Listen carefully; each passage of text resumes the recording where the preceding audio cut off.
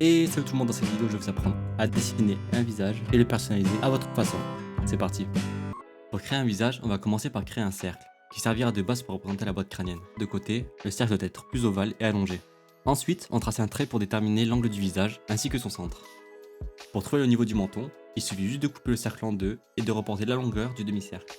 Ça nous permet de trouver le niveau des yeux qui se situe entre le menton et le sommet du crâne. On place ensuite les yeux au centre de la tête.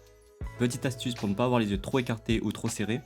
De face, pour connaître l'espace des yeux, il doit y avoir la taille d'un œil entre les deux yeux, puis environ la moitié d'un œil sur les côtés. N'oubliez pas d'ajouter des cils et des paupières à vos yeux, ça les rendra plus intéressants. D'ailleurs, plus vous accentuez les cils, plus votre personnage aura des traits féminins. Juste au-dessus des yeux, on place les sourcils. Vous n'aurez plus qu'à les monter ou descendre pour créer des expressions. Ensuite, on place le nez entre les sourcils et le menton.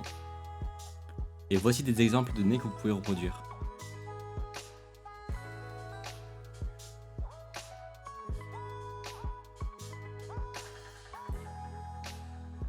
De côté, on rejoint le bout du nez jusqu'au-dessus des yeux.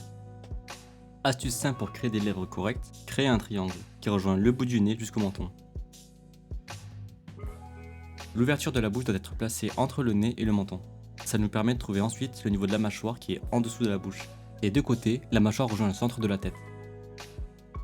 On place maintenant les oreilles entre les sourcils et le nez. Étant un tuto rapide, n'hésitez pas à mettre en pause la vidéo pour bien suivre les étapes.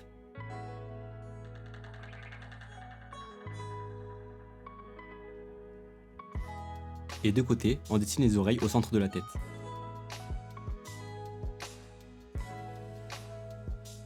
Puis, il ne manque plus qu'à peaufiner tout ça et effacer les traits de construction.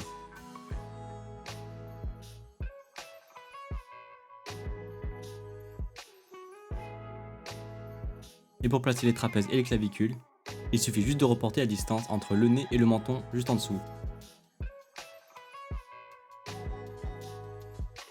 Plus qu'à ajouter quelques détails à vos personnages, comme les pommettes, les rides ou la pilosité. Et voilà, maintenant vous avez toutes les bases pour créer un visage, donc n'hésitez pas à modifier les yeux, le nez ou la bouche, ça permettra d'avoir un personnage unique et intéressant.